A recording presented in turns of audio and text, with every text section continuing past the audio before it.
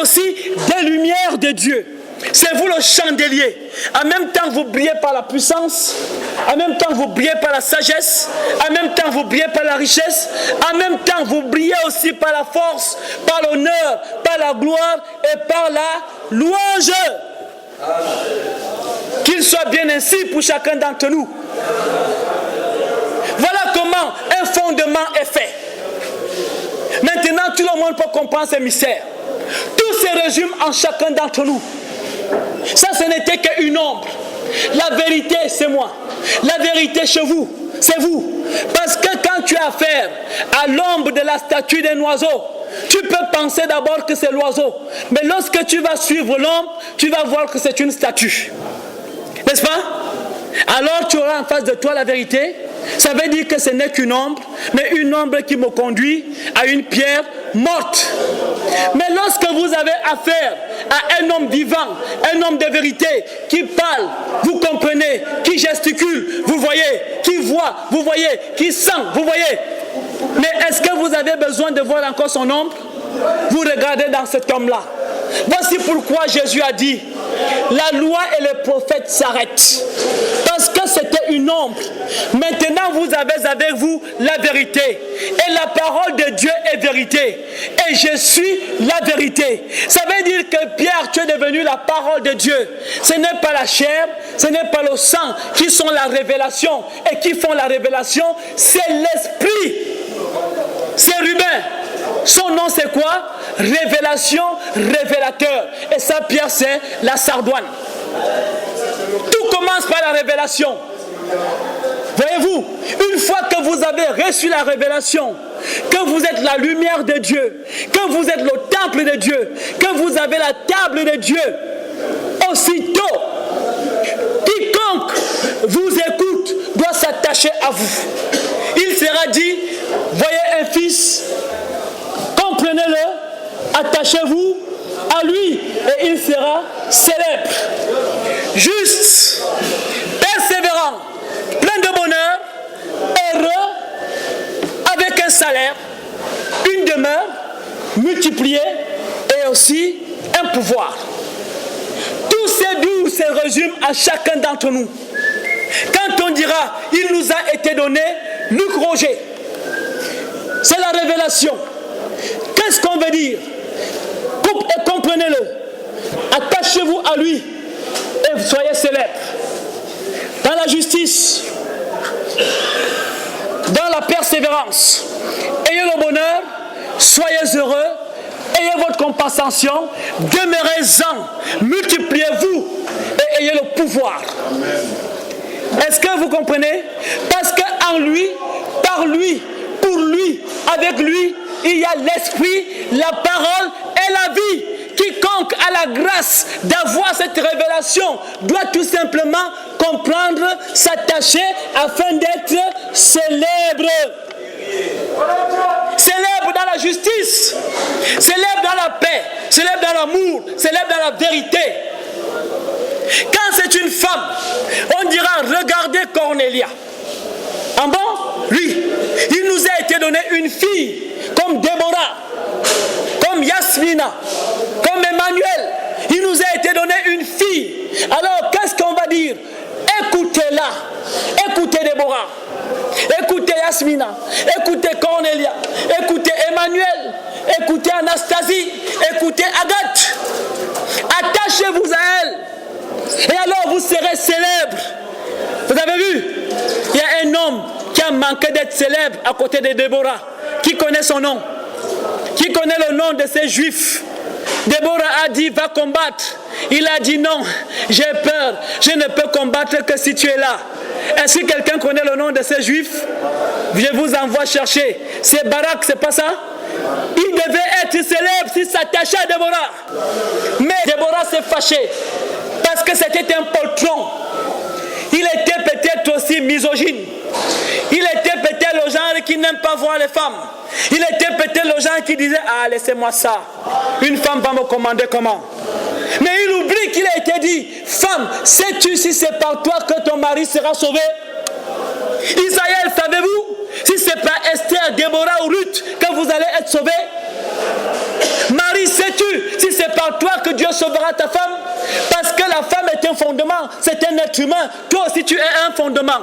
En tout cas, ça s'agit ici, mes frères, que la petite esclave qui était chez Naaman était le fondement de Naaman. Elle pouvait être une fille, elle pouvait être une fillette, elle est quand même israélite et il a été dit qu'elle est le fondement. Elle est le temple, elle est le coffre, la parole est en elle. Quiconque la voit, l'écoute, s'attache à elle, devient célèbre. Et Naaman est devenu célèbre. Vous voyez comment le mystère est? Voilà. Et ce Barak pensait que, comme beaucoup de gens aujourd'hui, à la femme, il a été dit, il nous a été donné une fille. Ok, oui, c'est la révélation. J'attends avec un ardent désir la révélation d'un enfant de Dieu. Alors qui décide d'envoyer l'enfant? C'est Dieu, n'est-ce pas? Il peut donc envoyer Cornélia, comme il peut envoyer aussi Yasmine, comme il peut envoyer Déborah, comme il peut envoyer Yahel, comme il peut envoyer Augustine, comme il peut envoyer Marie et Marthe, comme il peut envoyer Joseph, comme il peut envoyer Moïse, comme il peut envoyer Luc, comme il peut envoyer aussi Sylvain. En tout cas, nous savons seulement que nous attendons avec un ardent désir la révélation d'un enfant de Dieu. Alors, qui s'occupe de révéler? C'est Dieu lui-même. Les choses cachées étant à lui, et la chose cachée c'est l'esprit. Et quand l'esprit se révèle, il prend le corps qu'il veut, le corps qu'il s'est réservé. C'est pour ça qu'il est écrit, écoutez bien cette parole, je fais miséricorde à qui je veux. Voilà ce qu'il est écrit. Alors écoutez-la, attachez-vous à elle, alors vous serez célèbre dans la justice et vous persévérez, vous aurez le bonheur, vous serez heureux. Et dans ce contexte, ayez votre salaire, votre compensation, parce que ça se multiplie en Issachar. Puis demeurez, parce que si un employé vous paye bien, vous ne démissionnez pas, vous demeurez dans cette entreprise. Et par la suite, multipliez-vous, parce que vous ne pouvez pas demeurer dans cette révélation sans vous multiplier. Maintenant, ayez le pouvoir, la domination. Vous êtes assis à la droite du Père. Et tout cela se résume en nous.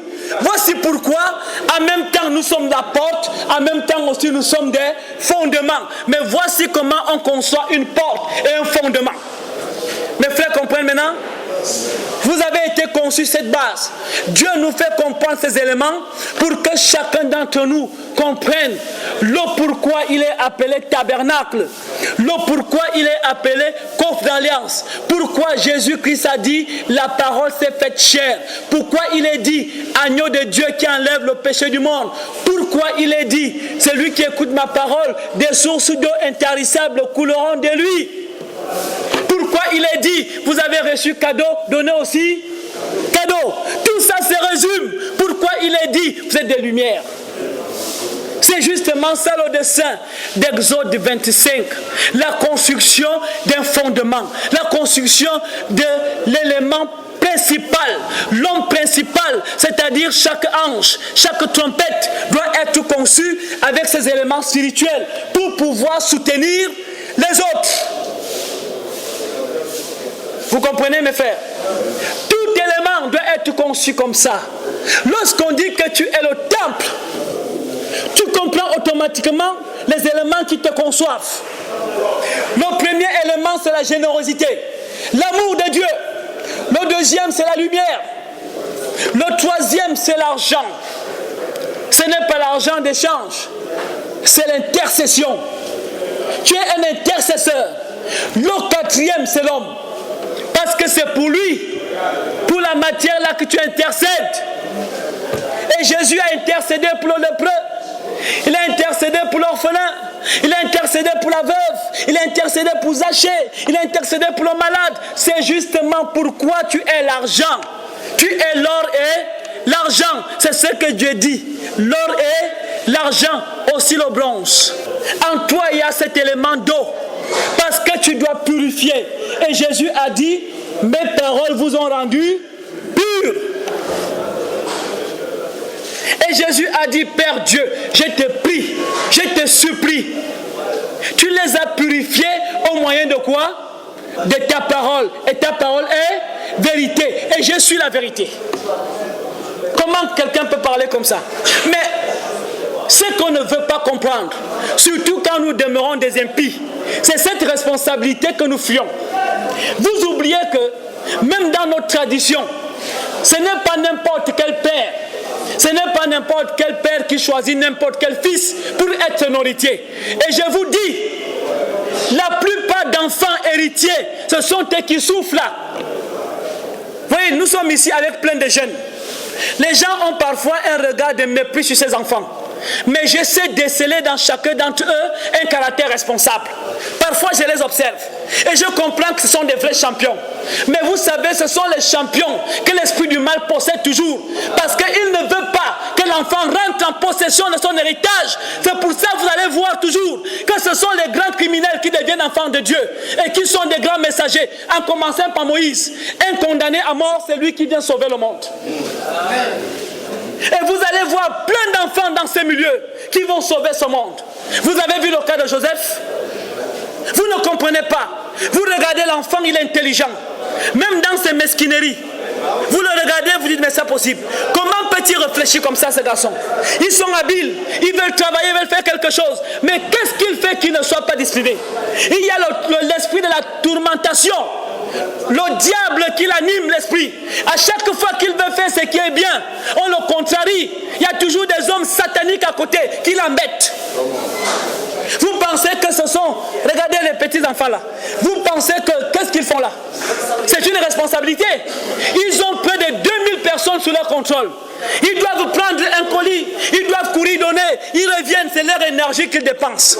Mais en les observant bien, ils assument une mission de responsabilité qu'un homme qui a été formé pour ça ne peut pas faire. Amen. Il connaît tous les noms par tête. Il est obligé d'être poli même avec quelqu'un qui l'insulte. Parfois il demande même une mandarine, on dit Foulcan. On ne tient pas compte de ses efforts. Mais on méprise l'enfant. Mais pourtant c'est celui que Dieu a choisi. Mais Dieu, on veut l'humilier, on veut le ridiculiser, on veut l'insulter. Jusqu'à ce que Dieu le possède. Vous voyez déjà? Parfois même, ceux qui sont en train de chanter Hosanna tous les jours, alléluia tous les jours, le méprisent, l'insultent. Mais il fait un service que Dieu veut. Parce qu'il dit, ce ne sont pas les sacrifices, mais c'est l'amour. Vous le payez combien pour qu'il vous rende ce service? Il court le risque d'être insulté. Espèce de mendiant, connard, fourcan. Pourtant, il rend un service que personne ici ne peut rendre. C'est lui qui doit préparer, c'est lui qui doit laver le linge, c'est lui qui doit laver la marmite, c'est lui qui doit porter le colis, qui va ici, qui va là, c'est lui qu'on insulte aussi. Est-ce que vous voyez ce mystère? Mais il fait une œuvre de responsabilité qu'un homme formé ne peut pas faire. C'est pour ça qu'on a besoin de lui. Mais on refuse de croire. Et c'est lui le responsable. C'est lui qui porte les autres. C'est pour ça que Dieu a dit, ne méprisez pas la petitesse des travaux. Parce que c'est moi qui vous exerce ce combat. Vous faites quelque chose, vous pensez que c'est petit. Mais pourtant, c'est Dieu qui vous exerce à ce travail. Vous ne remarquez pas que vous servez 1000 personnes chaque jour. Mais si vous pouvez dire servir 1000 personnes chaque jour, ça veut dire que vous pouvez porter 1000 personnes sur vos épaules. Et j'ai appris à regarder les enfants de Dieu sur ces aspects. Est-ce que Moïse allait dans une église? Mais regardez la qualité de service de justice qu'il offre. Est-ce que Joseph allait dans une église? Est-ce que le bon samaritain allait dans une église? Ils suivaient, ils avaient en eux un charisme. Ils avaient en eux le sens de la justice. Ils avaient en eux le sens de l'amour, de la paix. Que de crier, alléluia le matin, alléluia le soir. On vous demande une œuvre simple et juste. Une œuvre d'amour, de paix et de justice. Le bon samaritain. Et c'est ça l'espérance. Savoir regarder à côté de soi ce qui est bien et le faire. Comme j'espère quand même je dois pratiquer quoi? L'amour. Comme j'espère qu'on dise du bien de moi, alors je dois faire ce qui est bien. Comme j'espère à la liberté, je dois aussi libérer les autres. Comme j'espère que quelqu'un me donne du bien, moi aussi je dois donner du bien. C'est pour ça que l'apôtre Paul dit, l'espérance ne trompe pas. Et vous êtes enfant de Dieu. Vous êtes fils de Dieu et fille de Dieu. Et Dieu dit, le monde attend. Quel monde attend avec un ardent désir. Ce sont ces enfants de Dieu qui souffrent dans les quatre coins du monde. Et qu'est-ce qu'ils attendent? La révélation d'un fils de Dieu. Si on disait aux pharisiens, vous souffrez, et Seigneur, vous souffrez, Sadducéens, vous souffrez, au même titre que les filles de Jéthro, ils souffraient devant ces mauvais bergers, ces bergers voleurs, ces bergers brimeurs. Ils étaient en train de brimer les pauvres filles. Et alors, un homme est sorti et souffrait au bord de la rivière et se disait, oh, ces mauvais bergers, ils savent bien que la femme est faible. Et ils viennent ici, ils nous bastonnent, ils nous chassent. Qui alors pour nous envoyer un libérateur? Pendant qu'elle parlait comme ça en elle-même, Dieu voyait que ses enfants avaient un ardent désir de voir le libérateur et il les a libérés par Moïse. C'est pas un exemple simple. Israël souffrait. Les Philistins les balayaient d'un revers de main. Beaucoup de gens les faisaient souffrir. Ils pensaient voir un costaud homme venir les sauver, mais ils ont vu Déborah, une femme. Israël attendait avec un ardent désir la révélation d'un enfant de Dieu. Il soit fille, il soit garçon, c'est un enfant de Dieu. Il fait la mission de... Et Déborah est sortie. Barak a tremblé, mais Déborah n'a pas tremblé. Yaël n'a pas tremblé. Ils sont devenus célèbres. Elles sont devenues célèbres. Voyez-vous? Et votre fille, votre épouse, votre tante peut être de cela.